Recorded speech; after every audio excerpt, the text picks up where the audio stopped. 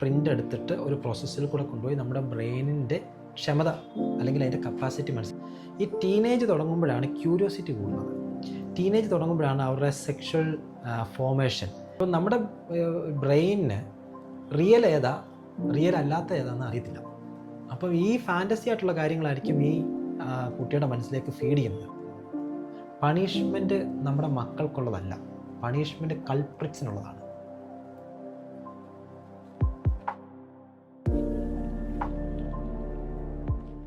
എങ്ങനെയാണ് ഒരു കുട്ടിയുടെ ലേണിംഗ് സ്റ്റൈൽ കണ്ടുപിടിക്കാൻ പറ്റുക എന്നുള്ളതാണ്.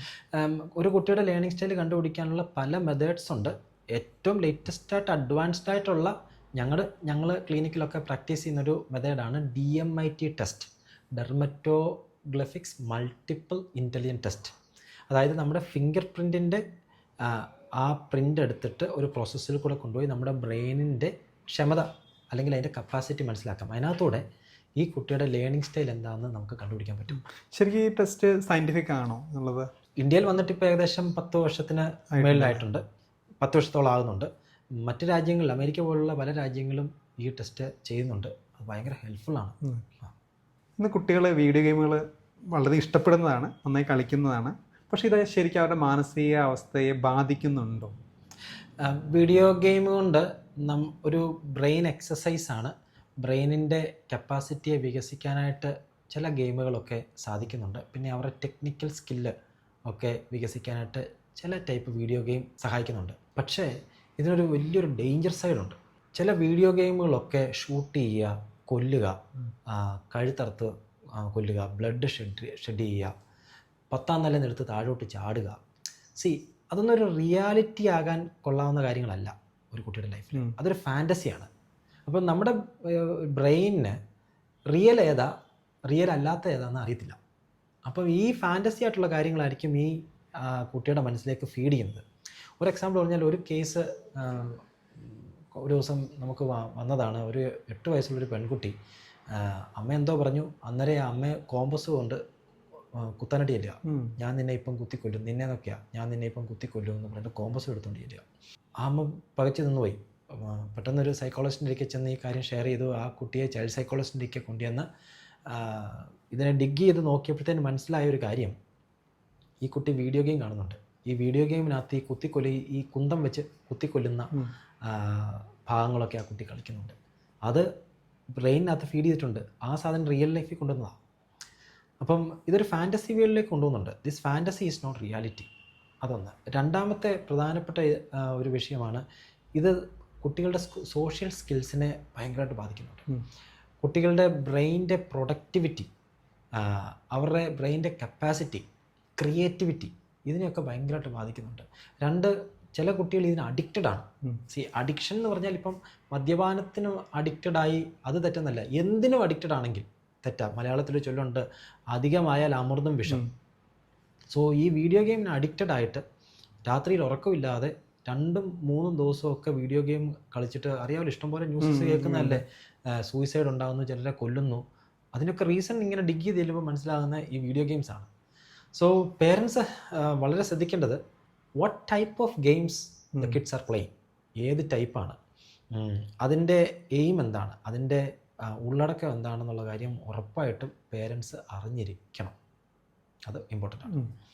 വെസ്റ്റേൺ കൺട്രീസിലൊക്കെ നമുക്കൊരു കുട്ടിയെ ഒരു മാതാപിതാക്കളെ അടിച്ചാലോ വലിയ ശിക്ഷയാണല്ലോ. പക്ഷെ നമ്മുടെ ഇന്ത്യയിൽ അങ്ങനെയല്ല. ആക്ച്വലി ഇതിനെങ്ങനെ ഈ ഡിഫറൻസിനെ കാണുന്നത്? വെസ്റ്റേൺ കൺട്രീസിലെ കുട്ടികളെ പണിഷ് ചെയ്യുകയോ ശിക്ഷിക്കുകയോ അടിക്കുകയോ ഒക്കെ ചെയ്താൽ അന്നേരം പോലീസ് അറസ്റ്റ് ചെയ്യും, ജയിലിൽ കൊണ്ടുവരും. നടപടിക്രമങ്ങളുണ്ട് അതിൻ്റെ ഇൻറ്റൻസിറ്റി അനുസരിച്ച്. ഇന്ത്യയിൽ ഇപ്പോഴും മാതാപിതാക്കൾ കുട്ടികളെ അടിക്കുന്നു. പക്ഷേ എൻ്റെ ഒരു ചോദ്യം വിഷ്ണുവിനോട്, ഇന്ന് കേരളത്തിൽ, നമ്മൾ മലയാളത്തിൽ സംസാരിക്കുന്ന മലയാളികളാണ് കേൾക്കുന്നത്, കേരളത്തിൽ സ്കൂളുകളിൽ ടീച്ചേഴ്സിന് കുട്ടികളെ അടിക്കാൻ പറ്റുമോ? പറ്റില്ല. അങ്ങനത്തെ ഒരു നിയമമായി ഏകദേശം, അല്ലേ? നേരത്തെ നമ്മുടെയൊക്കെ കൊച്ചിലെ നമ്മളെ ടീച്ചേഴ്സ് ഓടിച്ചിട്ട് അടിച്ചിട്ടുണ്ട്. ഇപ്പം അടിക്കത്തില്ല. അധികം താമസിക്കാതെ മാതാപിതാക്കളും കുട്ടികളെ അടിക്കില്ലെന്നുള്ള നിയമം വരുമെന്നാണ് ഞാൻ വിശ്വസിക്കുന്നത്. വരണമെന്നാണ് ഞാൻ പറയുന്നത്. എൻ്റെ ഒരു കണക്കൂട്ടലിൽ മാതാപിതാക്കൾ ഒരിക്കലും കുട്ടികളെ അടിക്കരുത്, പണിഷ് ചെയ്യരുത്. പണിഷ്മെൻറ്റ് നമ്മുടെ മക്കൾക്കുള്ളതല്ല, പണിഷ്മെൻറ്റ് കൾപ്രിറ്റ്സിനുള്ളതാണ്. അപ്പം ചോദിക്കും കുട്ടികളെ ശിക്ഷിച്ചല്ലേ വളർത്തേണ്ടിയെന്ന്. കുട്ടികളെ സംശയം എല്ലാവർക്കും വരുന്ന കുട്ടികൾക്ക് ശിക്ഷയല്ല, ശിക്ഷണമാണ്. ഇംഗ്ലീഷിൽ പറഞ്ഞാൽ നോട്ട് പണിഷ്മെൻ്റ് അല്ല, ബട്ട് ഡിസിപ്ലിൻസ് ആണ് വേണ്ടി. കുട്ടികളെ ഡിസിപ്ലിൻ ചെയ്താണ് വളർത്തേണ്ടത്.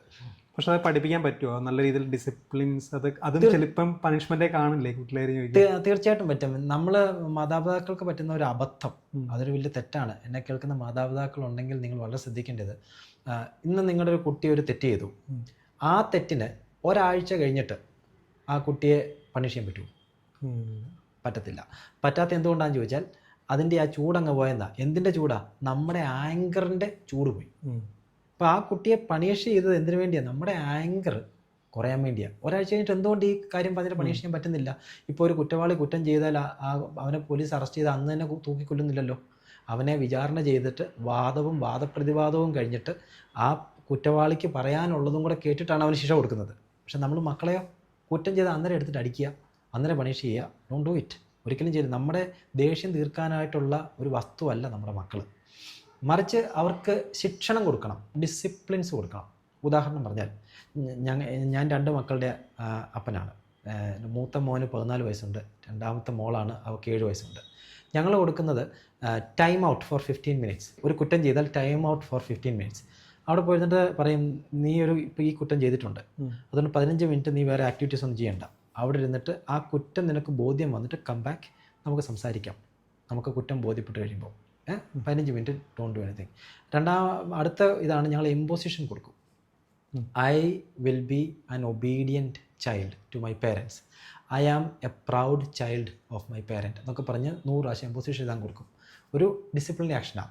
അതുകൊണ്ട് 2 ഗുണങ്ങളുണ്ട്. ഒന്ന്, അവരുടെ ഹാൻഡ് റൈറ്റിംഗ് മെച്ചപ്പെടും. 2, നമ്മൾ ഇമ്പോസിഷൻ എഴുതുന്നത് എന്തിനാ? ഒന്ന് വായിച്ചിട്ട് മനസ്സിലാകാത്ത കാര്യം നമ്മുടെ സബ് കോൺഷ്യസ് മൈൻഡ് രജിസ്റ്റർ ചെയ്യാൻ വേണ്ടിയല്ലേ. അപ്പോൾ ഈ ഒരു നല്ല കാര്യമാണ് ഇവർ എഴുതുന്ന ഇമ്പോസിഷൻ. ഇത് അവരുടെ സബ് കോൺഷ്യസ് മൈൻഡ് രജിസ്റ്റർ ചെയ്തിട്ട് ആ സബ് കോൺഷ്യസ് മൈൻഡ് അവരെ നല്ല കാര്യത്തിലേക്ക് ലീഡ് ചെയ്യും. അടുത്ത ഡിസിപ്ലിനറി ആക്ഷൻ ഞങ്ങൾ കൊടുക്കുന്നത് ഒരു ദിവസം ഞങ്ങളുടെ ഫ്ലോർ മുഴുവൻ തൂത്ത് വരാനായിട്ട്. ഡിസിപ്ലിനറി ആക്ഷനാണ്. അപ്പോൾ അവൻ തൂത്ത് വരാൻ പഠിക്കും, ഇത് ക്ലീനായിട്ട് കിടക്കണമെന്നും അറിയാം. ഒരു ഡിസിപ്ലിനറി ആക്ഷനായിട്ടാണ് കൊടുക്കുന്നത്. Don't punish children, instead give disciplinary actions. Okay. ഒരു കുട്ടിയുടെ ടീനേജ് പ്രായത്തിൽ ഏത് രീതിയിലുള്ള പാരൻറ്റിങ് ആണ് നല്ലത്? ടീനേജ് എന്ന് പറയുന്നത് 13 to 19 ആണല്ലോ. പക്ഷേ ഇപ്പോഴത്തെ കാലഘട്ടത്തിൽ എക്സ്റ്റൻഡ് ടീനേജേഴ്സാണ്. ഈ 13 വരെ ആകുന്നതിന് മുമ്പേ അവരിലൊരു ടീനേജ് ഫീല് വരുന്നുണ്ട്. വെസ്റ്റേൺ കൺട്രീസിലൊക്കെ 13th ബർത്ത്ഡേയും 18th ബർത്ത്ഡേയും ഒക്കെ ഭയങ്കര ഇമ്പോർട്ടൻ്റ് ആണ്. ഈ ടീനേജ് തുടങ്ങുമ്പോഴാണ് ക്യൂരിയോസിറ്റി കൂടുന്നത്.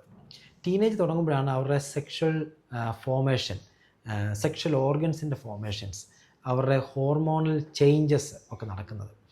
ആ സമയത്ത് ഇതുവരെ പേരൻറ്റിങ് ചെയ്തതുപോലെ ആയിരിക്കരുത് ഒരു ടീനേജിനെ നമ്മൾ പേരൻറ്റ് ചെയ്യുമ്പോൾ. ഞാനൊരു ടീനേജറുടെ ഫാദറാണ്. എൻ്റെ മകന് 14 വയസ്സുണ്ട്. സോ ഇത്രയും നാളും മോനെ വളർത്തിയതുപോലെ ആകല്ലേ വളർത്തേണ്ടത്. നമ്മൾ ഒരു ടീനേജറുടെ അപ്പനും അമ്മയും എന്താണ് ചെയ്യേണ്ടത് ചെയ്യരുതാത്തത് എന്ന് നമ്മൾ മനസ്സിലാക്കണം. പല പേരൻസും പറയുന്ന കേട്ടിട്ടുണ്ട്, ഈ കുട്ടി എന്ത് നല്ലൊരു കൊച്ചനായിരുന്നു, ഇവൻ ഇപ്പം 13 വയസ്സ് 14 വയസ്സായി, ഇവൻ തലതിരിഞ്ഞു പോയി എന്നൊക്കെ പറയുന്നുണ്ട്. ആക്ച്വലി അവർ തലതിരിയുന്നതല്ല. അവരിൽ അകത്തുണ്ടാകുന്ന കുറേ ചേഞ്ചസ് ഉണ്ട്, ഹോർമോണൽ ചേഞ്ചസ് ഉണ്ട്, അവരുടെ വികാരങ്ങൾ ചേഞ്ച്, ക്യൂരിയോസിറ്റി ഉണ്ട്. അപ്പം നല്ല കമ്മ്യൂണിക്കേഷൻ മസ്റ്റാണ്. റിലേഷൻഷിപ്പിനെ പറ്റി, ഓപ്പോസിറ്റ് സെക്സിനെ പറ്റി, സെക്ഷൽ ആക്ടിവിറ്റീസിനെ പറ്റി, സോഷ്യൽ സ്കിൽസിനെ പറ്റിയൊക്കെ അപ്പനും അമ്മയും ഓപ്പണായിട്ട് കമ്മ്യൂണിക്കേറ്റ് ചെയ്യുന്ന ഒരു കൾച്ചർ കുടുംബത്ത് ഉണ്ടാക്കിയെടുക്കണം. ഇൻ കേസ് നിങ്ങൾക്കറിയാൻ മേലെങ്കിൽ തീർച്ചയായിട്ടും നിങ്ങൾ ടീനേജ് പേരൻറ്റിങ്ങിനെ പറ്റി പഠിക്കണം ഒരു കോച്ചിൻ്റെ സഹായത്തോടെ.